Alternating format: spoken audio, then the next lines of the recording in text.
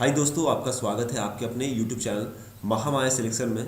तो फ्रेंड्स, आज हम लोग डिस्कस करने वाले हैं आरबीआई सिक्योरिटी गार्ड रीजनिंग के क्वेश्चंस और ये सेट 16 है। इसी प्रकार के वीडियोस आपके लिए डेली बेसिस पे इंग्लिश, मैथ्स और रीजनिंग के आते रहते हैं। जो भी हमारे चैनल पर नए हैं वो प्लेलिस्ट में जाकर उन सभी वीडियोस को देख सकते हैं, और भी बहुत सारे वीडियोस है उसे भी आप देख सकते हैं। 3 से 5 बजे के बीच में लाइव होता है। अभी कुछ दिनों के लिए बंद है, लेकिन फिर से आपका स्टार्ट हो जाएगा, उसमें भी आप आके अटेंड कर सकते हैं। चलिए फ्रेंड्स, क्वेश्चंस की तरफ चलते हैं। पहला क्वेश्चन आपका रीजनिंग से है, नंबर एनोलॉजी से रिलेटेड क्वेश्चन है। क्या दिया हुआ है आपका? 14 है, 9 है, 26 है। यहाँ पे क्वेश्चन मार्क की जगह क्या होगा? तो देखिए इसे कैसे बनाएंगे सवालों को। तो देखिए 14 है ना, 14 को हम लोग लिख सकते हैं 14 डिवाइडेड बाई 2 अगर कर देते हैं और प्लस 2 करेंगे तो आपका 9 आ जाएगा। देखिए 14 को डिवाइड करेंगे 2 से तो 7 आएगा, 7 में 2 ऐड कर देंगे 9 आ जाएगा। उसी प्रकार हम लोग क्या करेंगे, 26 लेंगे, ये वाला लिए 26 में हम लोग भागा देते हैं 2 से और प्लस 2 करते हैं। 26 में भागा 2 देंगे तो 13 प्लस 2 कितना आ जाएगा? 15। तो आपका आंसर क्या हो गया?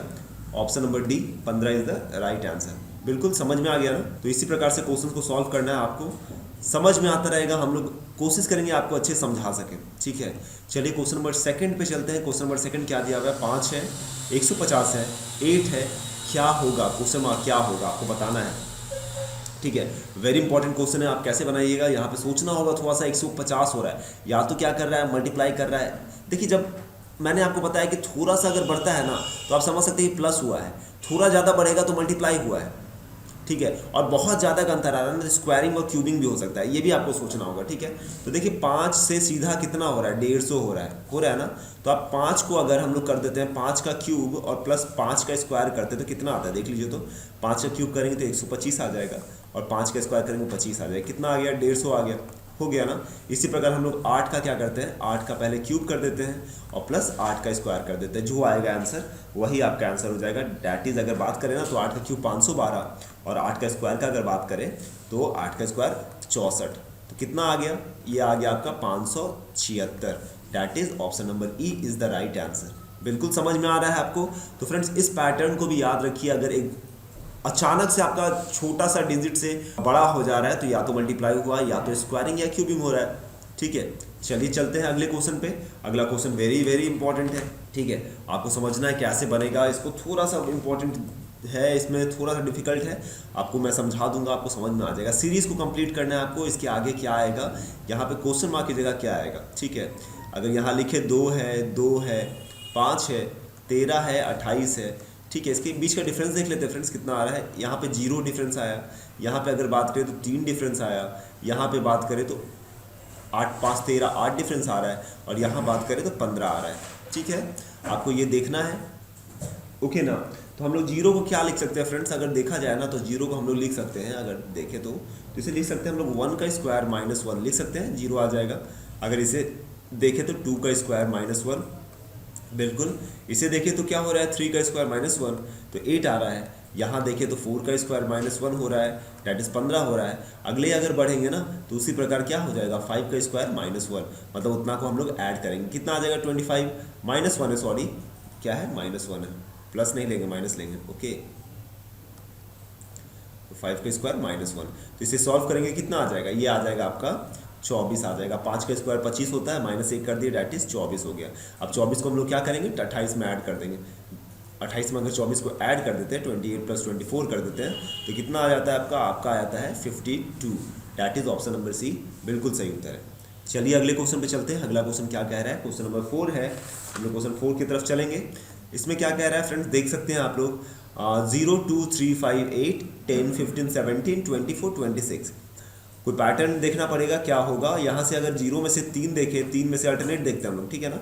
8 में से 15 देखते हैं, 15 में से 24 देखते हैं, और फिर यहाँ से अगर देखें 2 से 5 देखते हैं, 5 से 10 देखते हैं, 10 से 17 देखते हैं, 17 से 26 देखते हैं। कितना इंक्रीज हो रहा है देख सकते हैं। यहाँ पे क्या हुआ, 3 बढ़ा है, यहाँ पे क्या हुआ, 5 बढ़ा है, इसमें 7 बढ़ रहा है, इसमें अगर देखा जाए तो आपका 9 बढ़ रहा है, और यहाँ पे देखें तो यहाँ भी 3, यहाँ भी 5, यहाँ भी 7, यहाँ भी 9। तो एक पैटर्न आपको पकड़ा रहा है। देखिए क्या चीज़ का पैटर्न पकड़ा रहा है। पैटर्न क्या है ना फ्रेंड्स, आप देख सकते हैं कि सब में 2 2 इंक्रीज हो रहा है। 3 के बाद 2 बढ़ा 5 आ गया, 5 के बाद 2 बढ़ा 7 आ गया, 7 के बाद 2 बढ़ा 9 आ गया, और 9 के बाद अगर 2 बढ़ जाएगा तो कितना आ जाएगा, 11 आ जाएगा। 11 को अगर हम 24 में प्लस कर देते हैं तो कितना हो जाएगा, तो आंसर हो जाएगा आपका 24 + 11 दैट इज 35। ओके, तो 35 आपका सही उत्तर हो जाएगा। ऑप्शन नंबर ए बिल्कुल सही उत्तर है। ठीक है, चलिए नेक्स्ट क्वेश्चन पे चलते हैं। अगला क्वेश्चन क्या कह रहा है देखेंगे हम लोग। रवि सेड टू सीता, रवि जो है सीता से कहता है your mother is the daughter of my grandmother, how are Ravi and Sita related. Ravi Sita से कहा, सीता से क्या कहता है देखते हैं हम लोग अच्छे से डिटेल्स में। रवि कहता है किससे, रवि कहता है सीता से। क्या कहता है कि तुम्हारी माँ सीता की माँ को हम लोग एक्स मान लेते हैं ना, एक्स मान लेते हैं। तुम्हारी माँ मेरी दादी की बेटी है। मान लीजिए मेरी दादी कह रहा है ना, तो मेरे पापा को Z+ मान लेते हैं और मेरी दादी क्या हो गई Y मान लेते हैं, Y-। तो क्या कह रहा है देखिए, तुम्हारी माँ जो है ना, मेरी दादी जो लगेगी उसकी बेटी है।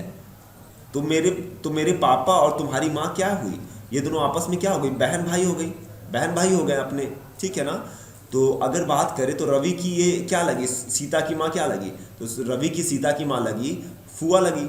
ठीक है ना। तो सीता क्या लगेगी, सीता इसकी बहन लगेगी, फुफेरी बहन। तो क्या कह सकते हैं हम लोग, इसे कह सकते हैं कज़न लगेगी। That is option number C बिल्कुल सही उत्तर है, cousin is the right answer. चलिए नेक्स्ट चलते हैं अगले क्वेश्चन पे। अगला क्वेश्चन क्या है फ्रेंड्स, अगला क्वेश्चन है 6ठा नंबर क्वेश्चन है। क्या कह रहा है, pointing to a photograph of a boy Suresh said, Suresh कहता है एक फोटोग्राफ की तरफ पॉइंट करते हुए। एक फोटोग्राफ यहाँ मान लेते हैं, मान लीजिए कोई भी फोटोग्राफ है।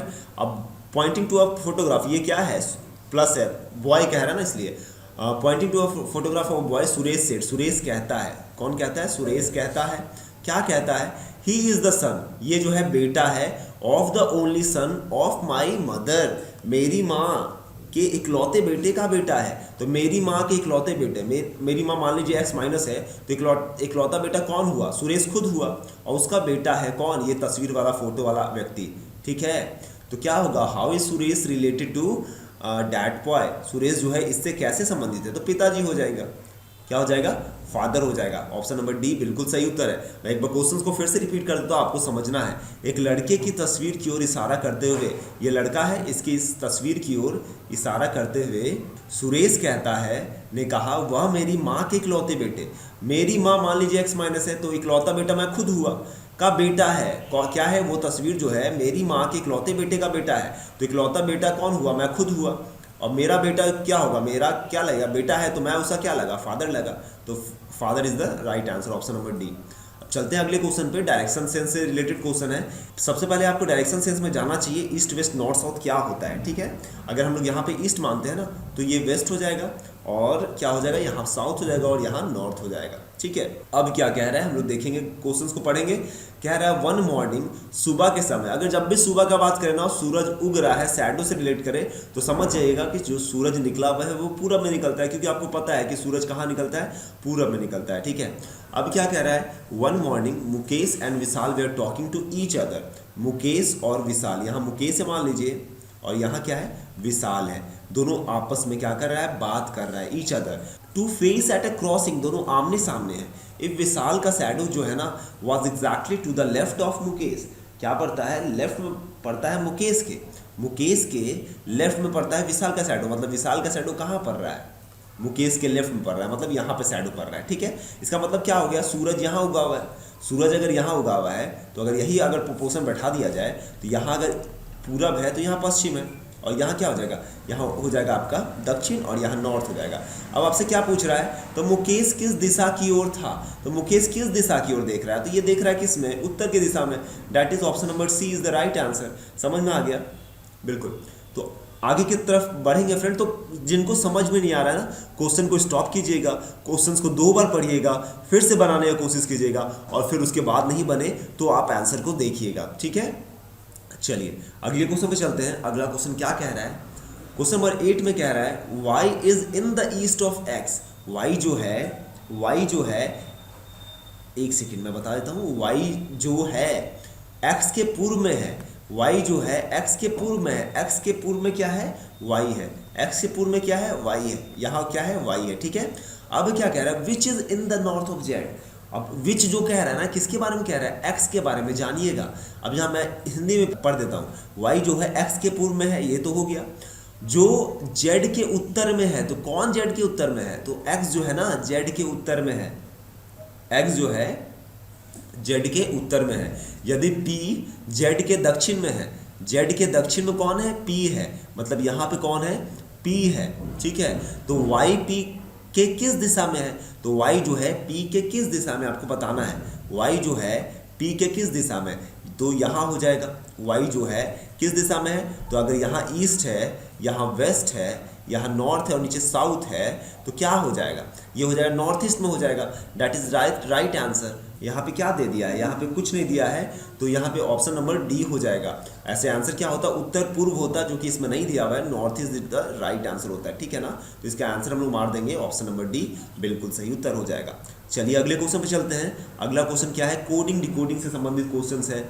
इसमें क्या बोल रहा है, क्वेश्चन नंबर 9 को हम लोग पढ़ते हैं। इन अ सर्टेन कोड, यदि एक निश्चित कोड में माइक्रोवेव को ये लिखते हैं तो उसी कोड में पॉपुलर को क्या लिखेंगे, ठीक है। हम लोग देखेंगे, अच्छे से समझेंगे और जहां भी दिक्कत होगा फिर से रिपीट करेंगे, ठीक है। क्या कह रहा है देखिए, माइक्रोवेव, मैं लिख देता हूं माइक्रोवेव, ओके। माइक्रोवेव को क्या कहता है, LJBSNXZWD कहता है, ठीक है। अब देखिए हम लोग क्या किया है, -1 कर रहा है, मैं कलर चेंज करता हूँ जिससे आप समझ में आए। आई में भी -1 किया, नहीं +1 यहाँ किया, -1 +1 फिर -1 फिर +1, ठीक है। तो ये आपका चलते जा रहा है अल्टरनेट, पहले -1 फिर +1 फिर -1 फिर +1, अल्टरनेट चल रहा है। उसी प्रकार हम लोग पॉपुलर का करेंगे, ठीक है। पॉपुलर का अगर करते हैं POPULAR, इसका कोडिंग डिकोडिंग करते हैं, तो अगर P का लिखेंगे ना -1 करेंगे, तो -1 करेंगे तो क्या हो जाएगा, O हो जाएगा। तो O इसका क्या आ गया, -1 करने पे, फिर +1 करेंगे हम लोग, क्या आ जाएगा, O के बाद P आ जाएगा, फिर -1 करेंगे क्या आ जाएगा, O आ जाएगा, फिर करेंगे क्या, +1 करेंगे V आ जाएगा, फिर करेंगे -1 तो क्या आ जाएगा, K आ जाएगा, और फिर +1 B आ जाएगा, फिर -1 Q आ जाएगा। तो ये आपका क्या हो जाएगा, आंसर हो जाएगा। तो ये सीरीज कैसा था, -1 हो रहा था, फिर +1 हो रहा था, फिर -1 हो रहा था, फिर +1 हो रहा था, फिर माइनस, फिर प्लस, फिर माइनस। तो इस प्रकार से आपका सीरीज जो है बढ़ता जा रहा था, कोडिंग डिकोडिंग इसी आधार पे। यही आपको पता लगाना है कि आखिरकार जो डिकोडिंग किया है ना, किस आधार पे इसका कोडिंग किया है या डिकोडिंग किया है, ठीक है ना। इसे पता लगा लीजिएगा, तो अगले जो वर्ड दिया हो ना उसे खुद से कोडिंग डिकोडिंग कर दीजिएगा, ठीक है। तो इसका आंसर क्या हो जाएगा, इसका आंसर हो जाएगा ऑप्शन नंबर सी, बिल्कुल सही उत्तर है। चलिए नेक्स्ट क्वेश्चन पे चलते हैं, that is question number 10। Tab को अगर कोड करते हैं, लिखते हैं SZO लिखते हैं, तो उसी प्रकार फ्रीज को क्या लिखेंगे, ये आपसे पूछ रहा है, ठीक है। TAP टैब को लिखते हैं क्या, SZO, ओके ना। तो क्या किया, -1 किया है, दिख रहा है ना, इसमें भी -1 किया है, इसमें भी -1 किया है, बिल्कुल। तो फ्रीज में भी हम लोग -1 कर देंगे, ओके। फ्रीज में क्या करेंगे, -1 कर देंगे। तो F का अगर -1 कर दें तो क्या हो जाएगा, E हो जाएगा। R में -1 कर देंगे, Q हो जाएगा।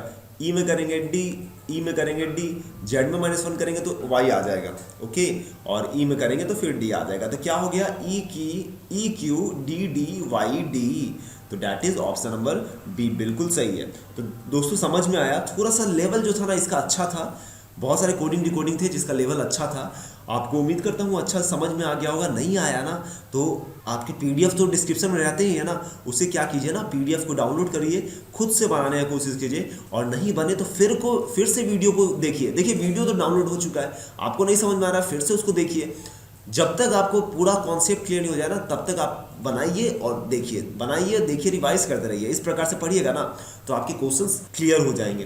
तो फ्रेंड्स ये था आपका रीजनिंग का सेट नंबर 16। तो उम्मीद करता हूँ ये वीडियो आपको अच्छा लगा होगा। हमसे जुड़े रहने के लिए महामाया सिलेक्शन सब्सक्राइब कर लीजिए और बेल आइकन दबा दीजिए फ्रेंड्स। बेल आइकन दबाना बहुत मस्ट है, क्योंकि तभी आपको नोटिफिकेशन मिल सकेगा। और हमें मोटिवेट करने के लिए लाइक बटन दबाइए कि इस तरह के वीडियोस आपके लिए डेली बेसिस पे लाता रहूं। और वीडियो को शेयर जरूर कीजिएगा, शेयर कीजिएगा फ्रेंड्स। और भी बच्चे जुड़ेंगे और हम लोग लाइव क्लास लेंगे तो और भी ज़्यादा मज़ा आएगा। तो धन्यवाद।